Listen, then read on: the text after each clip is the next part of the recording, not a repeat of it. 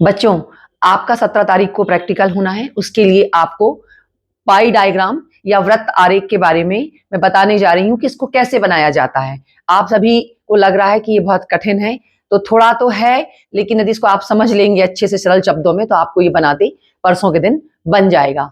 तो एक प्रश्न दिया है पाई डायग्राम के ऊपर से कि निम्न सारणी में गांव में विभिन्न कार्यों में लगे कामगारों की संख्या दी गई है। इन आंकड़ों की सहायता से एक वृत्त आरेख या पाई डायग्राम की आपको रचना करना है। तो इसमें आपको टेबल दी रहेगी, तो टेबल में क्या क्या दिया रहेगा ये आप ध्यान से देख ले। यहां पर क्रमांक दिया है, कार्य के प्रकार दिए हैं, कामगारों की संख्या दी है, ये आपको इतना टेबल में दिया रहेगा। जैसे कृषक है ना, तो कृषक में कितने कामगार हैं? 65। भूमिहीन में कितने, मजदूर में कितने हैं? 32। निजी व्यवसाय में कितने हैं? 30। लघु उद्योग में कितने हैं? 28। नौकरी में कितने हैं? 26। कारीगर में कितने हैं? 16। अन्य में कितने हैं? 13। तो अब जो ये टेबल इतनी आपको प्रश्न में बनी हुई मिलेगी, उसके बाद आगे आपको क्या करना है, तो ये तो आप दोनों कॉलम लेंगे, अपनी जो हल की टेबल बनाएंगे, तो यहां पर आपको नीचे लिखना पड़ेगा कि हल की टेबल और उसमें क्रमांक, कार्य के प्रकार, कामगारों की संख्या। तो जे कामगारों की संख्या दी है, इनका सबसे पहले हम कुल योग निकाल लेंगे। अब चूंकि हमको पाई डायग्राम बनाना है, तो आपको ये पता है कि जो हम पाई डायग्राम बनाएंगे, अभी तो मैं से रफली बता रहे हैं, तो ये चूंकि वृत्त है और कितने अंश का होता है, तो आप यदि यहां से रख के खींचे एक रेखा, तो आपको यहां से चांदा रख के फिर उस पर बनाए कोण, तो ये 90 का आता है बच्चों। ये इधर 180, ये यहां पर 270 और ये 360। मतलब कोण जो है एक वृत्त का कुल कितना होता है? 360 डिग्री होता है। तो ये जो कामगारों की संख्या दी है, तो आपने इनको जोड़ लिया, तो कुल ये निकल आया। तो आपको कोण की माप निकालनी है, तब आप पाई डायग्राम को बना पाएंगे। तो मतलब जो ये कार्य के प्रकार दिए हैं 7 यहां पर, और इनके कामगारों की संख्या, तो इसमें कुल कितना है? 210। जो 210 किसके बराबर माना जाएगा? ये पूरे वृत्त के बराबर। वृत्त कितने बराबर है? 360 डिग्री अंश में विभाजित है। और जो ये कार्य के प्रकार में कामगारों की संख्या दी 65, 32, ये इनको आप लेकर और इनको अलग अलग जो संख्या दी है, इनको आप अंश के रूप में हल करेंगे। तो इसके लिए आपको एक फॉर्मूला उपयोग करना पड़ता है।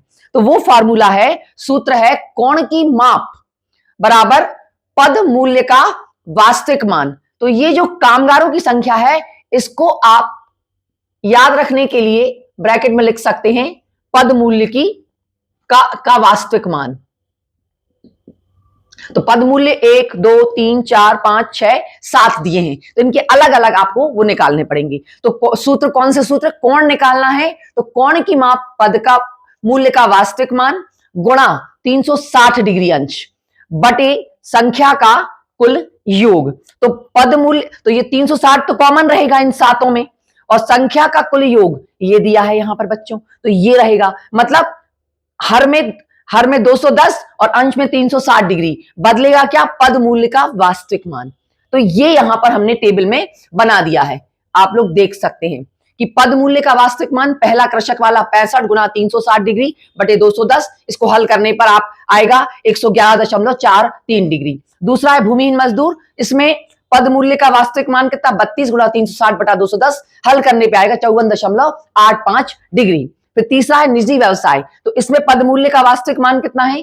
30 गुणा 360 डिग्री बटे 210, ये आएगा 51.43 डिग्री।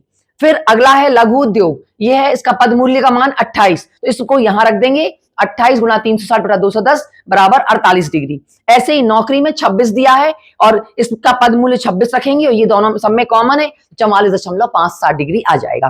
फिर इसमें अगला कारीगर वाला है, 16 गुणा 360 डिग्री बटे 210, हल करने पर 27.43 डिग्री आएगा। और लास्ट का है अन्य में 13, जो पद मूल्य दिया है ना, तो 13 गुणा 360 डिग्री बटे 210 बराबर 22.29 डिग्री। तो ये कोण की माप निकल आई। तो मतलब जो ये माप है 65 बराबर ये, 32 बराबर 54, 30 बराबर 51, 28 बराबर 48, 26 बराबर 44, 16 बराबर 27, 13 बराबर 22। तो इसमें आपको कैसे बनाएंगे पाई डायग्राम में? तो आपको इसमें चांदे का उपयोग करना पड़ेगा, है ना। कैसा यूज करना पड़ेगा? चांदे का। तो इसके लिए आपको 5 सेंटीमीटर या 4 सेंटीमीटर की एक त्रिज्या लेनी पड़ेगी और उस त्रिज्या को परकाल से लेकर आप एक वृत्त का निर्माण कर देंगे। और वो कैसे करेंगे ये इसको मैं अभी आपको बताने वाली हूं। तो 111.43 डिग्री, इसको आप यहां जीरो मान के, मान लो आपने 5 सेंटीमीटर की रेखा ली है, तो इस पे आप रखकर एक कोण बना लेंगे, फिर इसको अगला बना लेंगे, फिर अगला बनाएंगे, फिर नेक्स्ट, फिर नेक्स्ट, फिर नेक्स्ट, फिर नेक्स्ट, और ये पूरा 360 डिग्री में विभाजित हो जाएगा। तो ये आपको अभी मैंने पाई डायग्राम बनाने के लिए, जो आपको बनाना है ये वृत्त आरेख बनाने के लिए, इसका अभी मैंने आपको हल बताया है।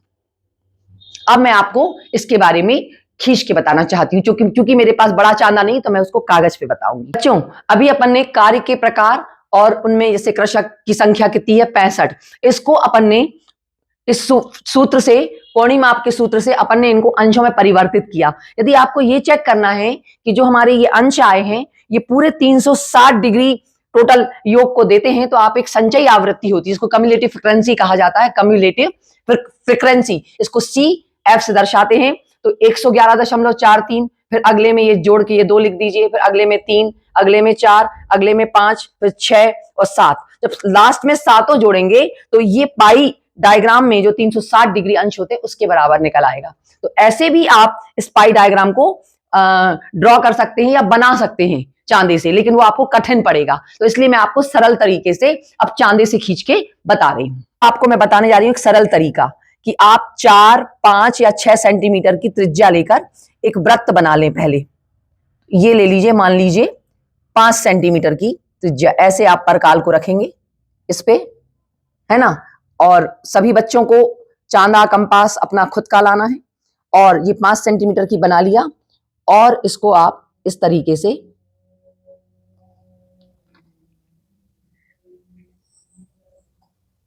हट गया है मेरा थोड़ा धोखे में, आपको ऐसी गलती नहीं करनी है ना, क्योंकि सही बैलेंस नहीं बना है।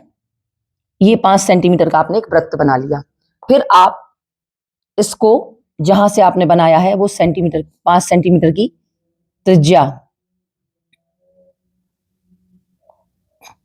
एक आपने ये खींच लिया, तो उसको आपने मान लिया 0, 0, 0 बोल दिया, है ना, या इसको 0 केंद्र मान लिया, कुछ भी ठीक है। अब इस पे आपको पहला आपको देखना है कि कृषक जो 65 कामगार संख्या है वो कितना आया, 111.43। यहां आपको चांदा रखना है और ये देखना 111, 110 तो ये दिया है, और 111 थोड़ा सा आगे है उसके ये, और 43 है, तो मतलब बीच में है 111 और 12 के, तो ये आपने हल्का सा निशान लगा दिया, और फिर इसको स्केल से खींच दिया, तो यहां लिख देंगे 111.43 डिग्री, और यहां पर क्या है, ये कृषक, ठीक है। अगला क्या है, भूमिहीन मजदूर 54, जिसमें 32 कामगार संख्या है, और कितना आया है आपका 54.85, तो इस पे आप चांदा रखेंगे अपना,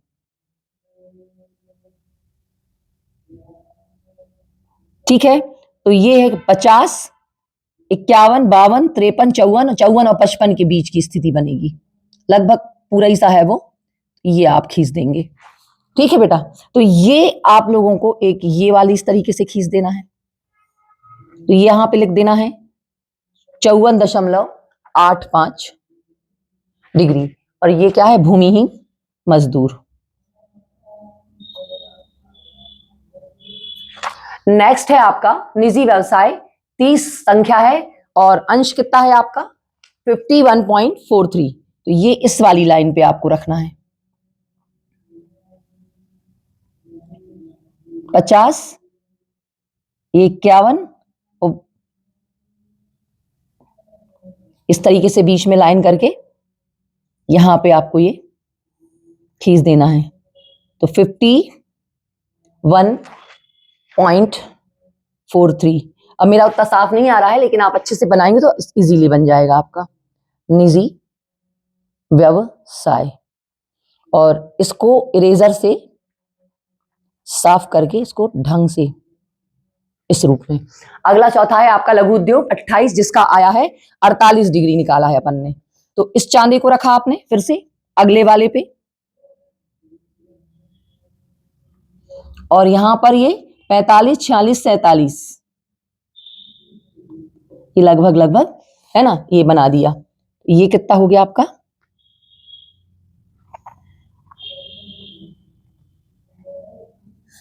48 डिग्री।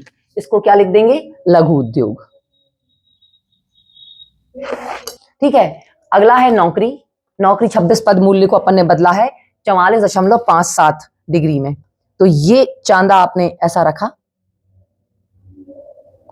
और ये 44.57 डिग्री है ना। तो ये हमने इसको इस पे रख के ये बना दिया और यहां पे लिख दिया हमने 44.57 डिग्री नौकरी। जल्दी जल्दी कर रहे हैं बच्चों तो ठीक है चलेगा। लास्ट बचा है आपका एक और, इसका कारीगर। कारीगर है 16 पदमूल्य 27.43, ये रखा आपने, ये 27.43 आपका ये आ गया। यहां हमने लिख दिया 27.43, ये है नौकरी। और बच्चों लास्ट है अन्य, 13 है पदमूल्य 22.29, ये रखा यहां पे लास्ट में। तो ये आपको ये है यहां पर 22.29, लगभग 23 है ना।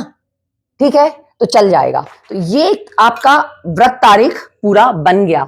इसको कैसे बनाना है ये तरीका आपको मैंने बताया। तो एक बार और सुन लो कहानी कि 5 सेंटीमीटर, 4 सेंटीमीटर या 6 सेंटीमीटर जितनी की भी आपको त्रिज्या लेना है, तो परकाल में पेंसिल फंसाओ, स्केल से नापो और फिर उसका एक वृत्त खींच दो और बस फिर उस केंद्र से यहां तक एक आप वो करके चांदा पहला रखा तो 111.43, फिर अगला जो आपने ये खींचा तो इसकी लाइन से इसको स्केल से मिला दो, फिर इस पे आप चांदा ऐसे रख दो और 54 वाले को नाप दो, है ना। ठीक है, तो वो बन जाएगा। फिर अगला है 51 वाला, तो उसको 54 वाले की लाइन पर रख दो चांदे को सेंटर से, तो आपका निकल आएगा। फिर अगला जैसे ये 48 बनाना है तो इसको इस पे रख दो और फिर इसको 48 वाली लाइन पे रखकर आप 44 वाला निकाल सकते हैं, है ना। फिर 27 वाला चाहिए है आपको तो इसकी लाइन पे रख दो और लास्ट में तो ये सबको जब आप जोड़ेंगे तो ये आपका पूरा कितना आएगा 360 डिग्री में कन्वर्ट हो जाएगा। और ये क्या है अन्य में।